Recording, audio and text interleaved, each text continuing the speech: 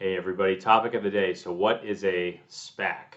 So there's a few avenues for companies to list on public exchanges. You've probably heard of an IPO. That's the most common method, or had been up until recently.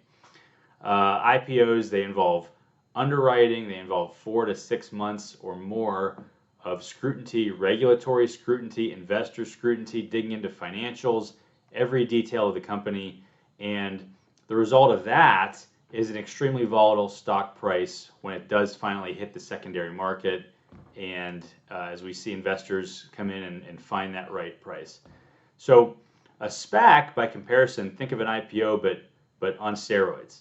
So take away all the scrutiny. The SPAC itself is really established as more of a shell corporation that's only there for the purpose of raising capital.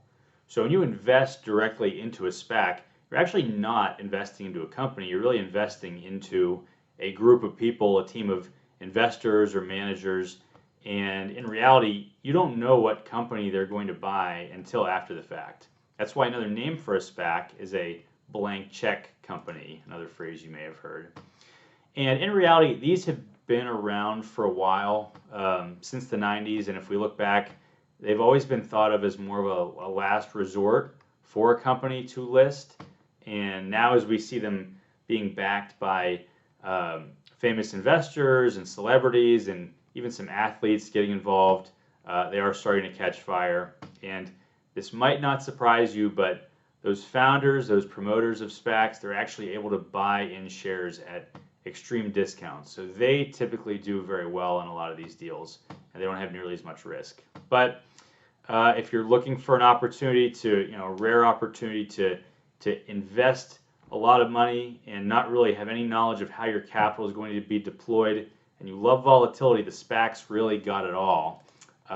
In all seriousness, these have been under the SEC's microscope as of late, and they're starting to sputter a little bit, but there's going to be some big hits and some big misses. But like a lot of the cool stories you hear on Wall Street, it's probably not a suitable investment that's going to help you meet that retirement goal. So if you have any thoughts, any questions, don't hesitate to reach out. As always, thanks so much.